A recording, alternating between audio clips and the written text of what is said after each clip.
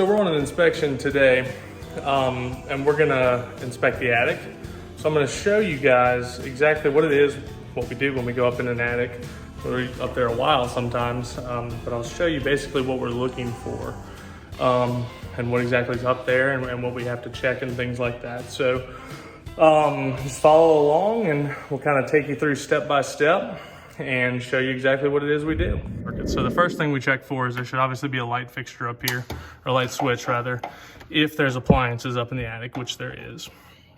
The next thing on these attic stairs themselves, this is one of the most common defects that will be found. This one's not a defect because it's done correctly, but these fasteners here should always be either bolts or 16D nails.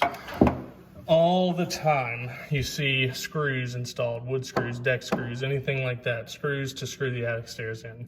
And I know realtors probably get sick of seeing that on every other report, but it's a super common defect. This one is not a defect because these are done right. Also, where all your screws are, there should be shims. So this one obviously is shimmed at all your fasteners. So that's a good installation. So let's go up in the attic. Let's climb up here. All right, so the first thing we do, we note that there is an air handler up here. Got some flexible ductwork. Basically the first thing we're gonna do is look around and make sure that one, there's a light fixture, and two, there's walk boards to get to your appliances. So that's actually a requirement. There has to be working space in front of all appliances in the attic. So in this attic, there's just an air handler. So we'll just kind of take a look around here. So we'll start basically from the access. So the first thing we're going to identify is the type of roof sheathing. This silver sheathing here is called radiant barrier roof sheathing. What it is this silver backing is on the back of all your OSB boards. And this is designed to keep the temperatures in the attic much cooler. So it's energy efficient. So it actually deflects radiation from coming into the attic, hence the name radiant barrier. So it keeps your attic much cooler, keeps your home cooler. So it's a very good design. One of the things it doesn't do, however, is reduce the humidity in your attic. So there's certain climates where they don't use this kind of stuff, because if the relative humidity is still high, even though the temperatures are low, you can have sweating of your ductwork, air handler, things like that. So that's what radiant barrier sheathing is. Let me slip around. The next thing we're gonna do is we're gonna check all of our roof framing. So we're gonna look at pretty much all our rafters, just kind of scan through. We make sure that there is bracing. These up here are called collar ties. They should be installed basically on every other rafter. If they are every rafter like this one, it's fine. More is always better. So we're gonna check all the roof sheathing, all the roof structure, make sure those are fine. Those are in good shape. Sometimes you'll see cracked rafters. Sometimes you'll see spliced rafters that are improperly spliced. Sometimes they'll be cut. This is a new build, so all these are looking good. Make sure that they're properly braced. So this here is called a purlin brace. Back up. So basically this whole thing right here is your purlin brace, and then these are all your kickers. Those have to be supported on a load-bearing wall. So make sure that it's properly braced, which this one is. And all that's looking good. So let's come back here some more. The next thing we're gonna do is identify our insulation type, and is there enough? So this is blown in fiberglass. Up under these attic deck boards is fiberglass bats. So blown in fiberglass is a very good type of insulation, and you should basically leave it exactly the way it is once it's blown in. You shouldn't ever step on it. You shouldn't ever move it. You shouldn't store things on top of it. You want to make sure it's to a proper depth. So they put these little measuring sticks in here, but we always measure it with our own tape measure because you never know how they installed that. It might be inaccurate sometimes, but basically I think 10 inches is the minimum you want to see. Obviously more is better. Another good rule of thumb is if you're completely covering all these ceiling joists, you know you're in good shape. So we'll measure these areas here since it's not covering it, just see the depth, but even if it is a little shy, they can just kind of move it around a little bit. So all this insulation is looking good. This is Also a raised up ceiling, so that has something to do with why you see big gaps there. So that's nothing to worry about anyway. A lot of questions that we get from clients is, hey, did you walk everywhere in my attic? Well, the answer to that a lot of times is no, because for the reasons I mentioned before, you don't want to walk on this insulation. You'll damage it, you'll compress it, and then it won't be working. It won't have as much insulation value, or R value is what they call it. So we don't walk on all that. We just leave it as it is, okay? We're only gonna walk basically where we're supposed to walk. And if you have any kind of, you know, ceiling joists that are available to step on, we'll step on them. So we're obviously gonna measure it, make sure it's proper depth, but I can tell you that this one is, no doubt. And look, I mean, all over there, it's everywhere. So blown in fiberglass is a very good type of insulation. It's one of the better ones, actually. It makes a very tight house. So the tighter your house is, the more energy efficient it is. You don't want your house to be too tight, but this is a good tight house, very energy efficient. And this fiberglass insulation that's blown in has a lot to do with it. So if you look back here, all these little beige, white colored boards, there's actually pieces of styrofoam. Those are called baffles, and they're put there to, that they're designed after the insulation's blown in. They block the soffits from getting covered with insulation, so airflow can come through them. It'll help ventilate your attic. And the reason you want your attic to be ventilated, one, is to extend the life of your roof covering. If it's not ventilated well, your roof's just gonna bake. But two, obviously, make your house hotter, make your HVAC equipment sweat. It's just all around bad news if your attic isn't ventilated. So you wanna make sure it is ventilated.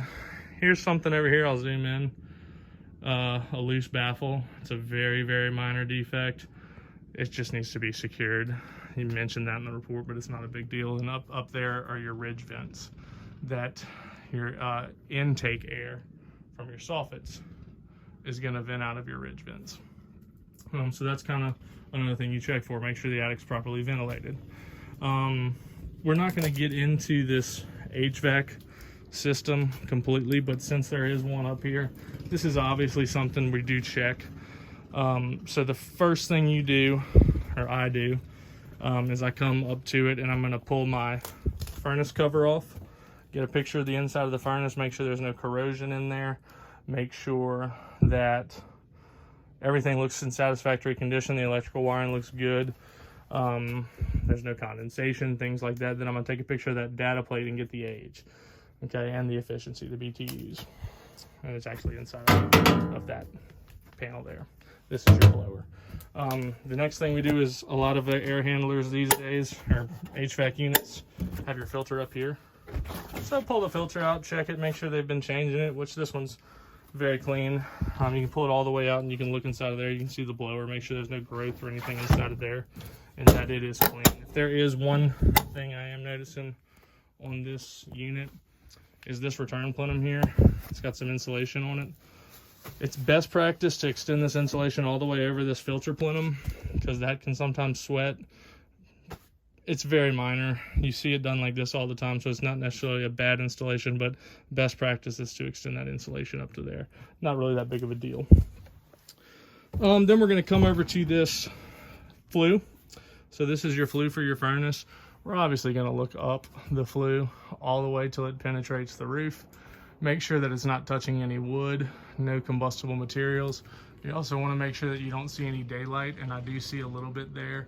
So there just needs to be a little bit of caulk around there on that storm collar. Might be deteriorating, it might be missing, or that could just be the underside where you're seeing a little daylight. Either way, you can caulk around that to kind of take care of that. That's on just about every single report. Then we come over to the air handler. Let me step back. So this box right here is your air handler. It's your evaporator coils inside of there. So as home inspectors, we're not going to open this whole cabinet up. It would require dismantling the unit, putting more mastic on it, taping it, resealing it. That's outside the scope of an inspection. We don't have the tools to do that. So we're going to get all our information off this data tag here. That's going to give us our age. This one was 2019, our tonnage, our refrigerant type, things like that. Make sure that the exterior cabinet's not rusted. We're obviously going to run the unit to make sure it works. But down here is another thing we're going to check. So this is your drain pan. Every air handler in an attic needs a drain pan up under it, and then also going to need a safety switch, which would be basically a little float switch on this main line. You don't have to have it on this main line. It is probably one of the best installations to have one right here. That'll cut the unit off if this line ever clogs. That way, basically out of the secondary line, you're not going to have water fill up your pan. But if you don't have one there, you do need one on your pan. So this one does have one on the pan, and the pan has a drain line. So that's a very good installation, okay? Make sure there's no corrosion in that pan. There's no water in it, obviously. So that looks good. The next thing is this main drain line here. It's going to drain to a plumbing stack 9 out of 10 times in an attic. So you want to make sure it's trapped at that plumbing stack, and you want to make sure there's insulation on this whole line. So right here is a clean out. That's how you clean out your line. But it's going to run, I don't know if you'll be able to see it, but that black line there is it running to a plumbing stack. Now it's buried in insulation over there where it terminates into that plumbing stack. So we really can't see if it's trapped without getting over there. Disturbing insulation, moving insulation, basically things that we said we're not gonna do because it's not good for your insulation. But it needs to be trapped over there. We just notate that, hey, we can't see it. It probably is trapped though. But you just want to double check and make sure. So that's it for the HVAC unit, other than the ductwork. So flexible ductwork is awesome if it's done right. It's rarely done right, but in this instance, it looks excellent. So flexible ductwork can't have any sharp bends in it. It can't have any sags. It's got to be supported every 4 feet or so, I think. Basically enough supports where you're not going to have a sag. So there's an example of a sag. That's a very minor sag. You could just kind of slide this over a little bit to even that out. So we'll mention that. Not really that big of a deal. Also, you want to make sure it's not touching. You see it touching a lot. That can cause condensation. Again, it's a nitpicky thing, but it's something that you would still mention. So right here, is it touching? It's actually not touching. So we're not even going to worry about that, but this ductwork is done excellently. So if you see how it's all suspended, a lot of times you'll see it just sitting on top of the rafters, on top of the insulation, which is common, but it's not good because condensation can form. You can have some growth form up under that ductwork on your insulation. So this is an excellent, excellent installation. So really no big problems with it. It's done very well. You want to check this is your return. So there's 2 returns. This is from your hallway, the big one. And then this one here is coming from the master bedroom. But you want to check the return, make sure that your connections are secure. So there's the proper type of foil tape. A lot of them do foil tape and or mastic. Mastic is really good. It seals it off well, but this foil tape is acceptable. As long as it's not loose, you're good. Come over to all of our supply plenum connections. Again, we're making sure foil tape is properly secured on all of those. Make sure there's no air leaks. No, that's not an air leak. Make sure all that's looking good. And then obviously all the ducts need to have, you know, good intact insulation, which these do. So this is an excellent installation. It's a rarity to see that, you know, but when we do see it, it makes us inspectors happy. Less typing, you know. This right here, this black line, while I'm thinking about it too, is your suction line. That's coming from your outside AC condenser. So that's gonna actually send refrigerant back into your condenser. And then the little small copper line is your liquid line, which is sending heated liquid into the evaporator coils. But you want to make sure this is all insulated, none of the insulation's damaged, and it's suspended properly because it will sweat, especially if it doesn't have insulation on it. That all looks good. So that pretty much covers the attic. Obviously it takes us a little bit longer in here because we're actually inspecting it rather than just talking about it like I am. But that's basically what we're doing as inspectors when we're up in your attic or up in a client's attic. You know, making sure your insulation looks good, your HVAC system looks good. If there's a water heater up here, that looks good. All your framing looks good. This is a PEX plumbing line, so you'll see that in the attic a lot. You can identify most of your plumbing materials up here. Make sure that all looks good. One more thing that I am noticing while I'm thinking about it, all of those little metal clips on your top plates and your rafters are hurricane ties. So that's a requirement on pretty much every house these days, and there's some top plate tie downs. If If you see that one right there to the left, that's for your top plate. So that's for storms. I want to say it's required pretty much everywhere now. But that's another thing we check for. If you can see them, just make sure that they are there. And this house obviously looks good.